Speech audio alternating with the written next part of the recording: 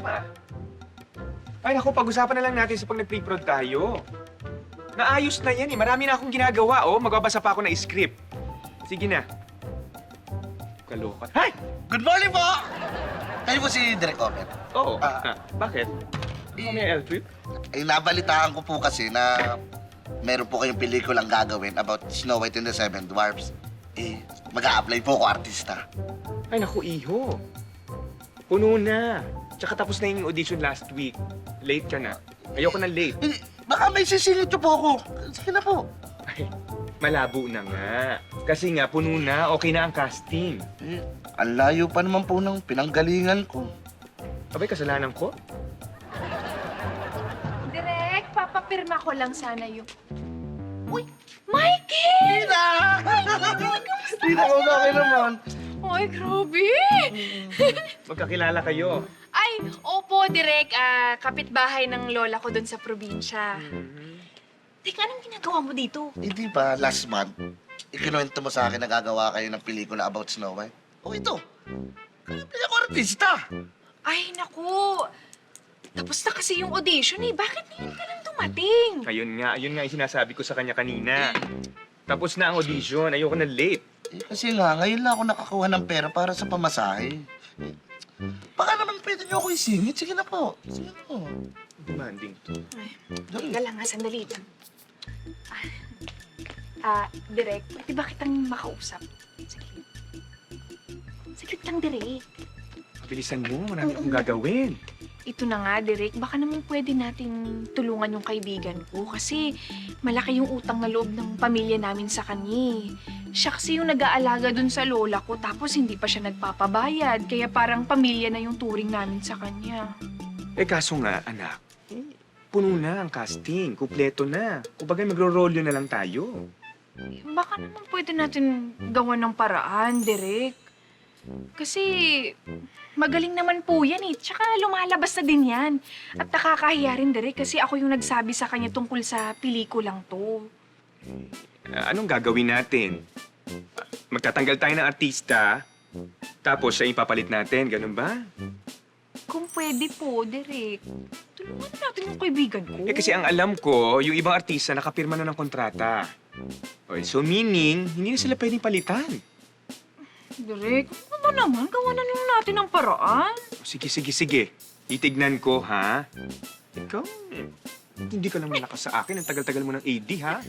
May AD ka pa rin. Mag-direct ka kaya. Thank you, Direk! Bobola ka pa. Galing ba yan? Oo.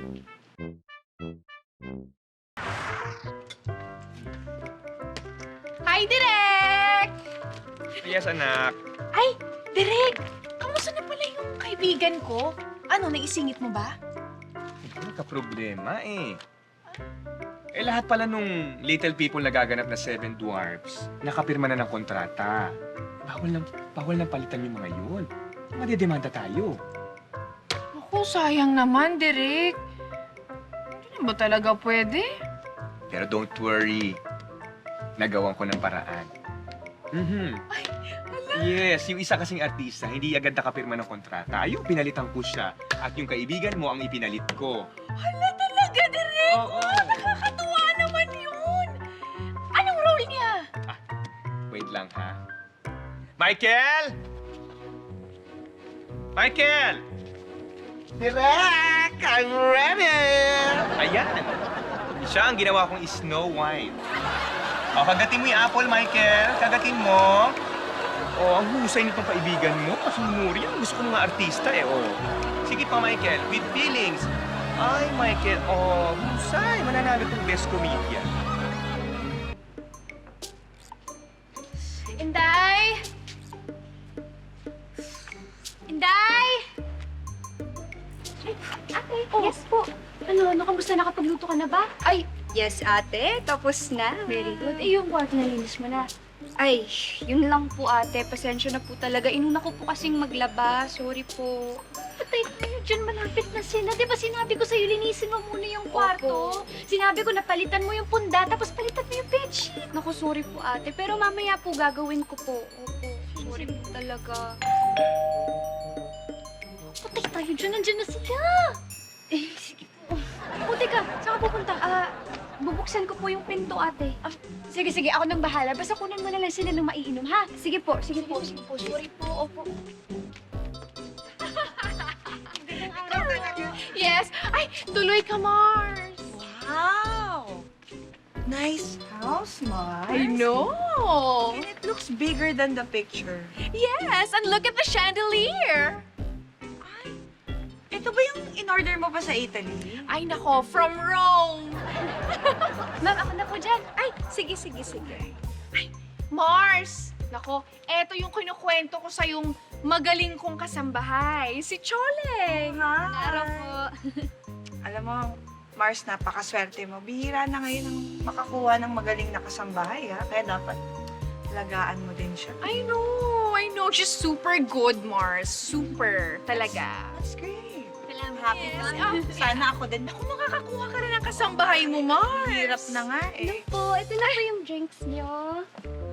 Kasambahay mo din. Hindi. Kasambahay ko po. Apo, si Inday.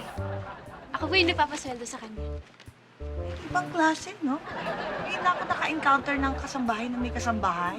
May sariling kasambahay. Yes. So, teka, let me get this straight. So, ikaw ang kasambahay ng kumari ko. Opo, pero don't worry, hindi naman po ako panghabang buhay na ganito. Nag-iipon lang po talaga ako ng pera.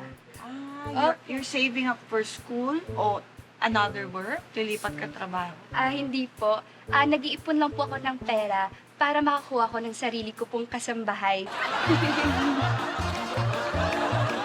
So brilliant.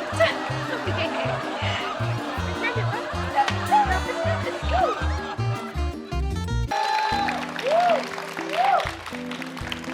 Lapitan natin siya. Ito? Bakit? Oo, hindi mo ba nakikita kumakain siya mag-isa? May pinagdadaanan yan. Alam mo, kailangan niya ng kadamay. Kumakain mag-isa at may pinagdadaanan agad, hayaan mo siya. Malay mo, gusto lang naman niyang mapag-isa. Ba't di natin siya pabayaan? Hindi. Malungkot talaga yan. Kaya, alam mo, tara na. I-comfort natin. Halika, dali. Parang gutom naman, okay naman siya. Halika na. Hi! Hi. Nga.